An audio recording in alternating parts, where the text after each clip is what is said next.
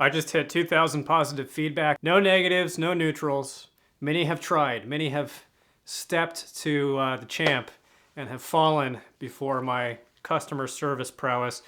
So this video is about how to pull off this feat. More pull it off than you would think. It's really not that hard. Not to shame you if you have negative feedback, because it does happen. There is a chance I may have just gotten lucky, but I've done a few proactive things to put myself in a position where it just hasn't been an issue. Or it's not been an issue that I haven't been able to prevail over, because I have gotten negative feedback and neutral feedback. In fact, fairly recently, very strongly worded neutral feedback that I was able to get wiped off of my account. The best defense is a good offense, meaning do decent customer service. This means ship your stuff on time, disclose flaws with the things that you do list. You want the person to get the thing that they bought from you in the expected amount of time. Shorter is better than longer in the condition that it was advertised in. If there is a problem, they want it to be quickly resolved and painlessly resolved. The painlessly resolved part is a big deal. I think one of the big reasons why I've been able to deal with my own mess ups and kind of matador my way through disgruntled customers is because I do have, I wouldn't even call it like a soft touch, because I'm not, I don't typically use the like conciliatory, or not, like it's conciliatory language when I communicate with angry buyers, but I'm not stumbling over myself and being sycophantic and pleading with them and begging for their approval. I just fix the problem when there is a problem. In fact, usually when there is a problem, even if it's not my fault, if it's not a gigantic financial liability, I will typically just take the cost. And I know that rankles a lot of people. A lot of resellers get really stuck in their fortifications, and they say, I am not paying this XYZ. I'm not doing this. This is against my terms of service on the page, and I'm going to fight you tooth and nail over everything. Sometimes it does make sense to do that. Like I just did that with someone. Most of the time though, if it's gonna cost me like 20 bucks or less just to eat the cost and avoid having to deal with the negative feedback, I'll usually just do it. Certain buyers don't understand how eBay works. They're newer to eBay, or they make an honest oversight. They didn't read something in the ad. They didn't see that it had a flaw, or they didn't know that there was not free returns. Is something that happens a lot when you don't have free returns activated. And usually I just play ball and kind of give them what they want, as long as they're not being malicious or entitled or just doing something egregious. That's when I'll actually go to war. A good example of that is the thing that I keep alluding to. I just had someone who was immediately clocked as a potential problem buyer, and I should have listened to my instincts. And this is a good thing to do for your feedback too, is see these people coming. Basically, I had a problem buyer. They sent me a DM asking for information that was already disclosed in the description. And then long story short, to shave you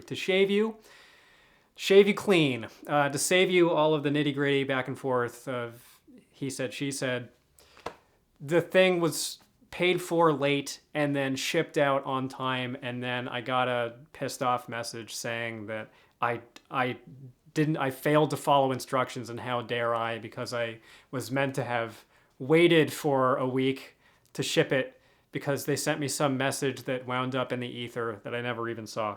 So they left me a very strongly worded negative comment as neutral feedback. To their credit, it was another seller who didn't go the negative feedback route, went neutral, I guess, as a courtesy. I guess hats off for that. But I got it reversed and taken down, and some very unfriendly back and forths. Do not swear at people. Don't be unfriendly. Don't be confrontational, and don't have pissing contests and ego battles explicitly.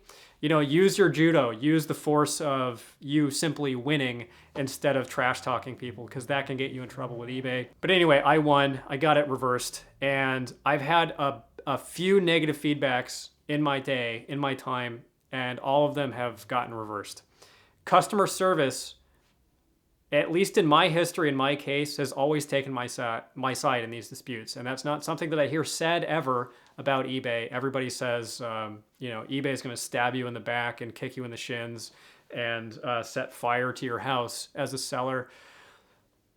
There are little things that they do to irritate and short shrift us and nickel and dime us. It's perfectly legit to have grievances with them. In my case, they've always taken my side in these disputes. So if you do get negative feedback or neutral feedback, you don't even have to call customer support. There's a form that you can fill out on the website and submit it, and it gets resolved within 24 hours. And I've never lost one of those cases. And I've had probably at least 6 or 7 of them. And it's always turned out for me because I don't do things that land me in hot water. I'm a good boy. I'm a good little boy with eBay, and I do all the necessary steps that I'm supposed to. I ship on time. I don't defraud people. Give people the benefit of the doubt. And also, I'm really proactive when I do catch myself making a mistake, that I just immediately address it and I get in front of it and I contact the buyer and let them know what's going on and offer a solution that's above and beyond kind of the call of duty. And it's not because I have a great passion for customer service or whatever. It's because I fear the negative feedback, and I know that people, if given a little tiny piece of power, are always going to exploit it, or a lot of the time are going to exploit it and use it against you. So I don't want to give people the excuse to be petty and leave me pissy feedback. Mistakes include shipping out something that I notice after it has already been paid for has an undisclosed flaw. So I'll find a hole in a piece of clothing or a stain. In those cases, what I have often done is just ship them the item. And if it's a really bad problem, which sometimes it is, sometimes there's like this really big thing that I somehow missed, which just happens with clothing, I'll just comp them the item. They just get a free item. And I feel that that's actually appropriate. And lots of people are going to disagree with me about that. In that circumstance, it is actually my fault. And that is actually a fairly big deal. And it's just, I think, kind of bad form if it's not something that's crazy expensive. Let's say it's just a pair of $20 Levi's and there was a hole in the crotch that I missed. It's bad form to say like, well, will you accept a 50% discount on this? Not necessarily even that it's bad form. It feels petty to me. It feels more appropriate to say, I have created a problem for you. It's no longer a problem. Do with these beholed jeans what you will, what you please. And you don't have to return them to me. I'm happy to do that. Also, I have periodically sent people the wrong item. So I've switched and swapped packages to different buyers. So that's really bad. That's like one of the worst mistakes that you can make. It's a total nightmare because you have to convince both of them to send it back to you and then resend it out, and then you have to placate 2 parties. And that is actually what you have to do. You have to go through the whole process of getting the person what it is that they want. And again, in that circumstance, get ahead of it and just contact them and tell them what's going on and apologize. You don't have to be obsequious, but you do have to be apologetic sincerely. Sometimes if you sell a more common item other than a used piece of clothing that you can't find a match for, I will just buy the replacement item for the buyer and send it straight to their address, either on eBay or on Amazon or elsewhere. If I can find the exact match, I will just buy them a different one instead of waiting for a return process or whatever the case may be. I actually just did that with an Etsy order. The other big mistake is an item gets lost, or a really big one is something will sell on Poshmark or on eBay and it'll sell on the other platform, and I will have neglected to take it down off of whatever platform. It happens way more on Poshmark than on eBay because I use the eBay SKU system as my inventory system. So it happens on Poshmark all the time. I fail to have the item on hand, and that's just through my negligence and because I don't use a cross-listing platform. Although I'm moving away from Poshmark, to be fair and frank, and that's one of the reasons why. And it bears mentioning too, Poshmark feedback is a different animal. It's a star system. eBay feedback is binary. It's just positive or negative. And I guess it's tertiary. I don't think that really works. There's 3 options. It's really positive and negative. You have to do something pretty bad, or you have to have been perceived to have done something pretty bad to merit the negative feedback, unless people are crazy and delusional, which has happened too. Poshmark, people are more persnickety and will dock you points because they think it's letterboxed and they want to be a connoisseur or something, or you didn't package it with a well-wish card, a 3D card that pops up with a nice little Thomas Kincaid cottage with a little guy saying thank you so much and weeping. It's its own thing. I'm just talking about eBay.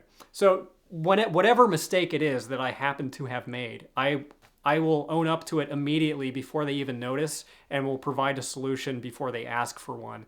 And I've never had an occasion where that hasn't worked. Not once. There have been moments where the thing arrives and there is a problem with it that I didn't notice at all. In those cases, I will typically, again, if it's like under a $30 item, I'll just comp them the item, assuming they're not just like, this didn't fit right, because I have the measurements in the description of the items. If the thing was damaged in shipping, I will also comp it. If the thing, sometimes I don't just completely, blank slate, like whatever, you can have it. I mean, a lot of the time I don't do that. If there's just a small thing, like I shipped a box of DVDs and some of the plastic cases were a little damaged. So I was like, all right, it was like $150 order of a bunch of DVDs. So I set the guy like $20-$30 for a few little damaged bits, which was arguably my fault.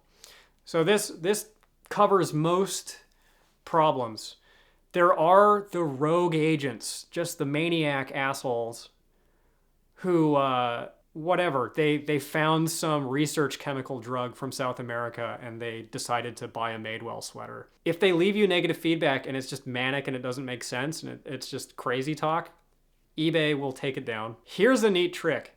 If you get into a back and forth with a disgruntled buyer, if at any point they threaten you in any way with negative feedback, you can report them for extortion. So for example, if someone says, well, if you give me 50% back off of this order, then I guess I won't leave you negative feedback. Immediately reported, you win, they lose, they get a strike on their account, I think. That's happened to me at least 3 times, and it can get you out of a pickle too. Don't abuse it. But if you're in the right and people are trying to strong arm you into doing something that you feel that you don't need to do, or you don't need to punish yourself for in some way that they're suggesting, and they try to pull something like that on you, then you can report them. Also, if they get abusive, if they swear at you, if they demean or insult you, you can report them. How bad is negative feedback? There's probably some wizardry going on, some black magics at foot, or afoot behind the scenes with Cassini, with the algorithm to do with negative feedback and your standing as an account. Who knows the mind of Cassini? Only Cassini knows. I would have to wager that has something to do with it. In terms of buyer confidence, if you have less feedback, if you're a newer account, if you have under 100 feedback, or really even under like 500 feedback, a negative review is going to be a lot more powerful than if you have like over 1,000 feedback. If you have the social proof of you've been on the platform for a while, you've established some level of credibility, you have some kind of a gravitas, people are more likely to cut you some slack. I don't know that it's a huge deal at that point. Most of the really big accounts are hovering around 97 or 98% feedback, and they sell thousands of items, tens of thousands of items a month. So I don't think that it's a gigantic deal. It is worth being proactive in preventing though, because one negative feedback is not a big deal. But if you happen to have 3 on your account and you're not one of the big sellers, I think that it is potentially pretty damaging. And you'll never know. You just quietly will lose out on sales, and people aren't going to take the time to send you a direct message and explain to you, well, I carefully weighed the risks and rewards of ordering this item from you and I decided that, you know what, that one negative review, if it wasn't there, I would have bought from you, but I'm choosing not to. I just thought I would let you know. It will never ever happen. You just are going to lose out on sales. So I do take it seriously, and I do protect my account pretty studiously, and it's paid off for me. It's not something that you need to be paranoid about, but it is something that you need to be on top of. There you go. Hope it helps, and good luck, and may you prevail in your eBay combat.